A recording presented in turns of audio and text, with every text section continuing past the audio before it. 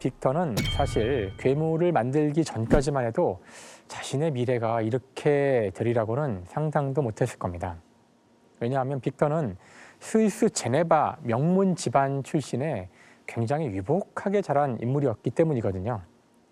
근데 안타깝지만 그 물리학자인 제가 보기에 그 빅터는 점점 사이비 과학에 빠지게 됩니다. 나는 현자의 돌과 불멸의 무효학에 대해 아주 성실하게 파고들기 시작했습니다. 내가 좋아하던 이 자연 철학자들은 유령과 악마를 불러낼 수 있다고 꺼리낌 없이 약속했습니다. 무엇보다 놀라웠던 것은 진공 상태를 만드는 기계인 에어펌프 실험이었습니다. 우리가 자주 찾아가던 어느 신사가 실시했던 진공 실험도 목격했습니다. 자, 여기 보시면 현자의 돌, 불멸의 묘약, 유령과 악마를 불러낸다. 자, 이런 게 과학이라니 굉장히 이상하게 보이시죠? 사실 이 저자 메리 셀리는 이 소재들이 사이비 과학이라는 것을 알고 있었을 겁니다. 본인이 보기에도 이상하죠. 자, 어쨌든 이 프랑켄슈타인에서 빅터가 인조 인간을 만들어낸다 하는 이런 과학적 상상력, 이것은 기본적으로 우리 인간, 나아가 이 생명을 기계로 보는 이런 관점이 없었다면 떠올릴 수 없었을 거예요. 시체 안치소에서 유골을 모으고 완전히 분리된 독방, 오히려 감방 같은 곳에서 더러운 창조 실험실을 운영한 셈입니다. 배부실과 도살장에서 상당량의 재료를 구했고 인간의 본성 때문에 작업에 혐오감이 들어 등을 돌리기도 했지만 그래도 늘어가던 열의가 식지 않아 작업은 거의 마무리 단계에 이르렀습니다. 빅터는 왜 새로운 생명을 창조할 때 시체 하나를 가져다가 그냥 생명을 주지 않고 여기저기서 시체의 부분들을 모아다가 이걸 조립해서 실로 막 꿰매어서 생명을 만들었던 것일까요? 자, 소설에서 빅터도 처음에는 나와 같은 인간을 만들어야 할지 아니면 더 단순한 생명체를 만들어야 할지조차 확신이 없었습니다. 라고 말하는데요. 이건 제가 생각해 본 건데 아마도 당시 사람들은 그냥 죽은 사람을 그대로 되살리는 것은 힘들지 않을까 하고 생각한 것 같아요. 만약 제가 죽었다면 죽은 김상욱을 다시 온전히 살리는 것은 신의 영역이라고 생각한 거고요. 하지만 제 몸에서 일부를 손가락을 떼내고 또 다른 사람에서 발가락을 떼내고 뭐 심장을 떼내고 이런 식으로 조합을 해서 만들어진 이 것을 가지고 이것이 생명을 갖도록 하는 것은 가능할지도 모른다라고 생각했다는 것입니다. 아마 또 다른 이유를 생각해 보자면은 저자인 메리 셀리 때문이 아닐까. 자, 무슨 말이냐면은 이 메리 셀리는 그 어머니의 무덤을 안식처 삼아서 자주 무덤에 갔었대요. 그래서 거기 가서 책을 읽고 놀고 그랬다는데요. 기본적으로 이제 무덤을 두려워하지 않는 아이예요. 그러니까 무덤을 파헤쳐서 시체들을 모으는 그런 설정이 그렇게 끔찍한 설정이 아닐 수도 있었다는 것이죠. 자, 그렇다면 빅터가 이렇게 시체 조각들을 모아서 만든 이제 인조인간이라고 할까? 이것을 어떻게 생명을 불어넣을 수 있었을까? 이제 이 점이 좀 궁금해질 텐데요. 11월의 어느 음울한 밤, 생명 없는 존재에 생명의 불꽃을 주입하려는 중이었지요. 반쯤 꺼져버린 촛불 속에서 내가 만든 생명체가 노란 눈을 흐릿하게 뜨는 것을 보았습니다. 그것은 힘겹게 숨을 몰아쉬었고 발작 같은 움직임으로 사지가 흔들렸습니다. 사실 이 부분 읽으면서 이렇게 오싹한데요. 자, 빅터가 말하는 생명의 불꽃이 뭘까요? 정확히 책에 쓰여져 있진 않지만 아마도 전기일 겁니다. 전기.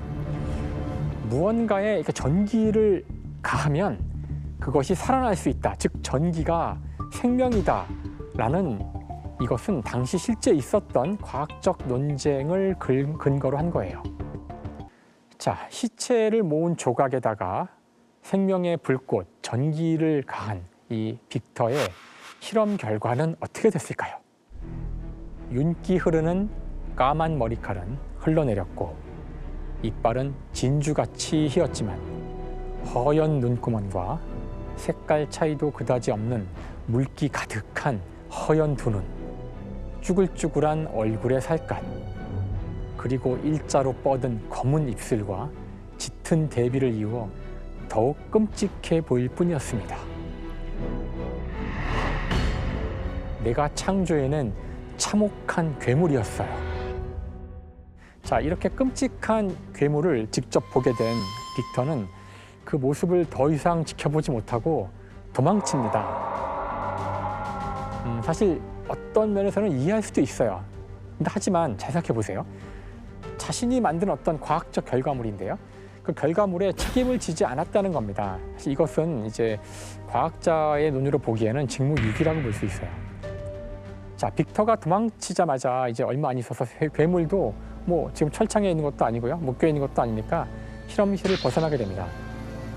이제 이때부터 이제 비극이 시작되죠.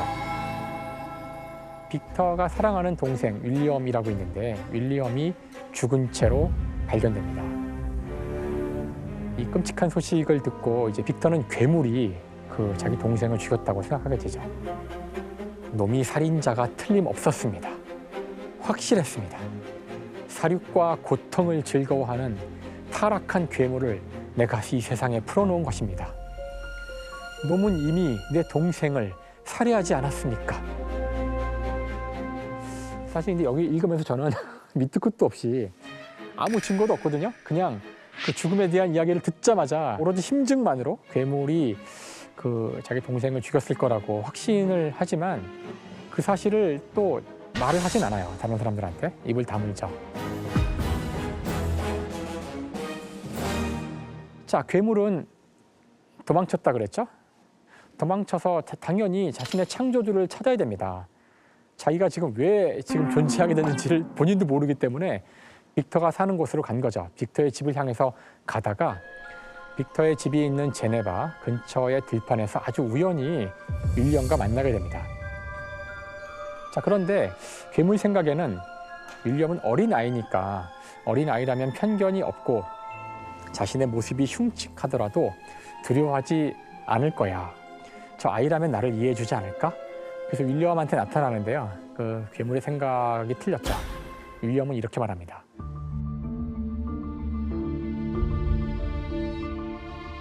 이제 괴물은 아이의 이야기를 듣다 보니 이 아이가 프랑켄슈타인인 자신의 창조주와 연관되어 있다는 사실을 알게 되죠.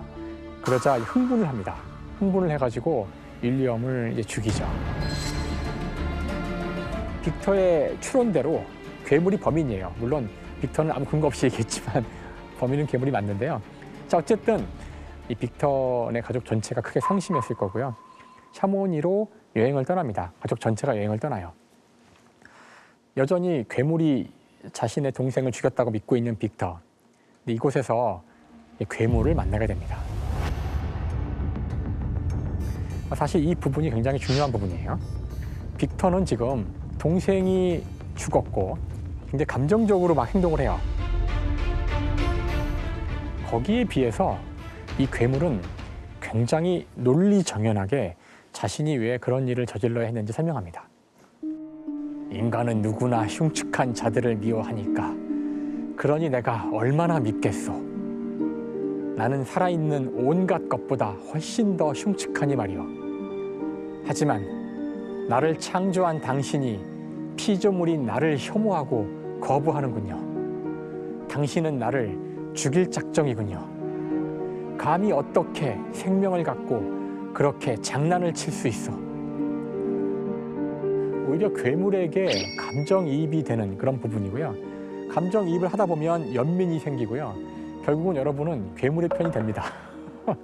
자, 이 다음부터는 이제 이 괴물이 이제 화자가 됩니다. 이제 양파 껍질 또 하나 들어온 거죠. 시간을 되돌려서 빅터가 도망친 이후 괴물이 겪었던 이야기가 나옵니다. 괴물은 실험실을 도망쳐서 이제 마을 사람들과 마주치는데요. 사실 그 마을 사람들은 시체를 모아서 만든 그 모습을 보고서 아마 놀랐을 겁니다. 즉 그의 흉측한 그 외모를 보고 마구 푸대접을 하죠. 아마 소리 지르고 내쫓으려고 그랬을 거, 아마 죽이려고 그랬을지도 몰라요. 자, 이제 자신을 인간들이 싫어한다는 것을 알게 된 이 괴물은 이제는 숨죠. 이때 이제 한 농장에 이제 숨게 되는데요. 그 농장에 살고 있는 가족들을 몰래 지켜보면서 인간들은 어떻게 행동을 하고 어떤 말을 하는지, 그들이 어떻게 감정을 표현하는지 이런 것들을 공부합니다. 정말 이걸 다 독학으로 다 깨우치게 되는데, 이 과정은 아마 인공지능이 딥러닝 하는 것과 굉장히 비슷해 보이긴 해요. 자, 어쨌든 딥러닝 천재 이 괴물은 쭉 지켜보다 보니까 그 농장 사람들에게 감정을 이제 이입하게 되죠. 그래서 간단하지만 이제 행복하게 사는 이 농장 가족들을 위해서 도움을 주죠. 그래서 얼어붙은 땅에서 농작물을 대신 수확해주고 땔감도 구해다주고 선행을 베풉니다. 그러니까 이렇게 보면은 사실 괴물은 겉모습은 흉측하지만 악마라기보다는 오히려 천사죠. 자, 하지만 이 농가의 사람들에게 결국 발각되는데요. 이 흉측한 외모를 보고서 이 농장 사람들도 자신을 도와줬던 프랑켄슈타인을 쫓아냅니다. 자, 이렇게 자신이 정말 선행을 다했던 인간들에게조차도 쫓겨나자 이 괴물은 상처를 받죠. 그리고서는 타락한 천사가 아니라 이제 악마가 되는 겁니다. 이 사실을 이제 괴물 스스로도 잘 알고 있었어요. 나는 당신의 아담이어야 하는데 오히려 타락한 천사가 되어버렸어. 원래 나는 어질고 선했소. 불행 때문에 악마가 된 겁니다. 나를 행복하게 해주시오. 그러면 다시 선한 자가 되겠소. 나를 살려달라는 게 아니오. 그저 내 말을 들어달라는 겁니다. 사실 이 마지막 이 구절은 가장 비참한 상태에 있을 때 사람이 할 수 있는 말이에요. 저는 이제 이 문장을 읽을 때 그 전에 읽었던 살아남은 아이라는 책이 떠오르더라고요. 그 책은 그 부산 형제복지원에서 9살 때 끌려가서 이제 3년간 지옥 같은 고생을 한 그 생존자가 쓴 책이에요. 자, 이 책의 마지막에 똑같은 문장이 나와요. 9살 꼬마가 우리 이야기를 들어달라고 하는 것입니다. 라는 구절이 나와요. 아주 비참하고 이제 끔찍한 이제 경험을 한 피해자가 있다면 그 사람이 원하는 거는 바로 자기를 살려달라는 게 아니에요.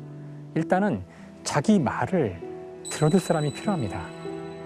우리의 무관심이 얼마나 무서운 지옥을 만들 수 있는지 이제 알게 되는데요. 자, 괴물은 이제 더 이상 이렇게 못 살겠다. 그래서 빅터에게 아주 간절한 부탁을 하게 됩니다. 내가 함께 정을 나누며 살 수 있도록 여자를 만들어 주시오.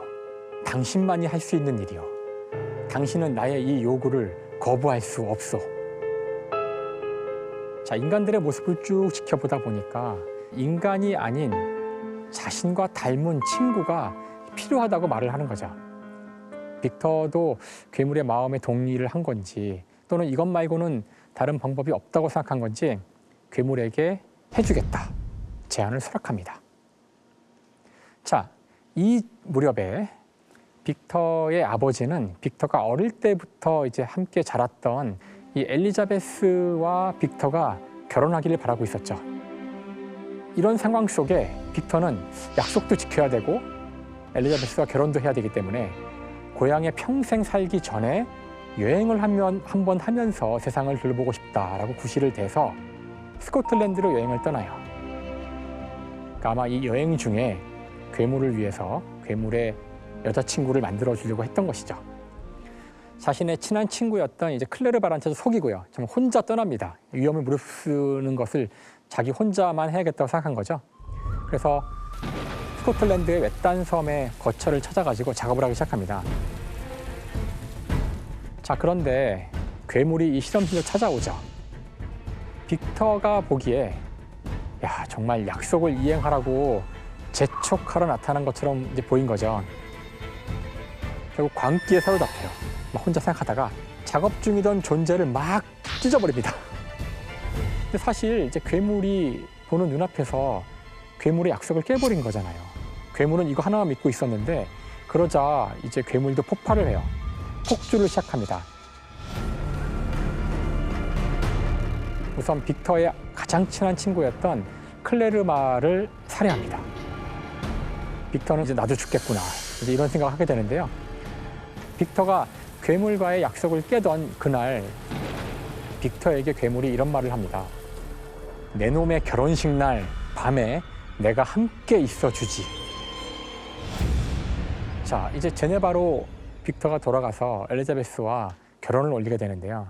그날 밤 정말 두려웠을 거예요. 사실 영문을 모르는 엘리자베스는 왜 그렇게 불안해하냐고 물어보는데요. 빅터는 말을 할 수가 없잖아요. 그러니까 걱정하지 말라고 하고요. 먼저 호텔방에서 자라고 하고 밖으로 나옵니다. 분명 괴물이 이 근처 어디 있을 테니까 괴물의 상황을 파악하기 전까지는 아내에게 가지 않겠다라고 생각하죠. 하지만 아무리 찾아봐도 괴물의 흔적을 찾아볼 수 없었어요. 자, 그런데 아니나 다를까 이들이 묵고 있던 여관에서 소름 끼치게 날카로운 비명이 들립니다. 빅터는 그 순간 아내 엘리자베스가 죽었을 거라는 느낌이 듭니다.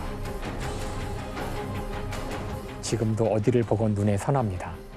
핏기 없는 두 팔과 힘없이 늘어진 몸, 살인자가 아내를 침대 위에 내던진 그 모습이 열린 창가에 끔찍하고 혐오스러운 형상이 보였습니다. 싱긋한 비웃음이 괴물 표정에 떠올랐습니다.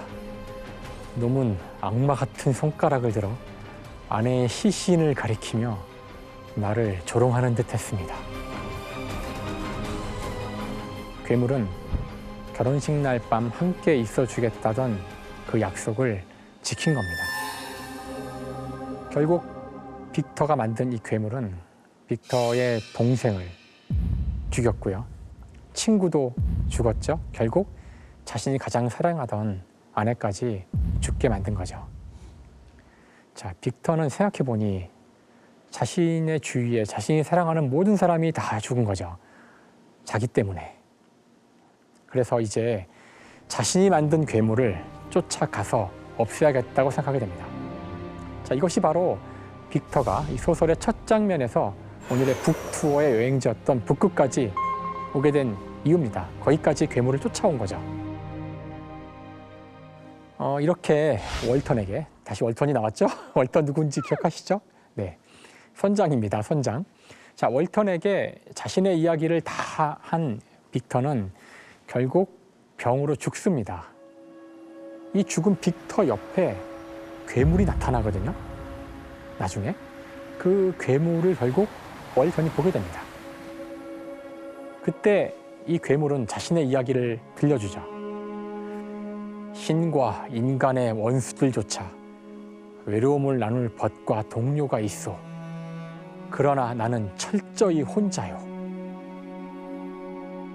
자, 괴물이 월턴 선장에게 남긴 이 문장은 인간의 본질을 보여주는 것 같아요. 즉, 인간은 혼자 살 수 없다는 것을 이 괴물이 알고 있었고요. 하지만 자신은 철저히 혼자라고 하는 것, 또는 그 또한 결국은 죽을 거라는 것, 아마 이런 것들을 알고 하는 암시인 것 같아요. 자, 어쨌든 세찬 파도가 떠밀려 오고요. 그 속에서 괴물이 싹 사라집니다. 그러면서 프랑켄슈타인은 막을 내리는데요.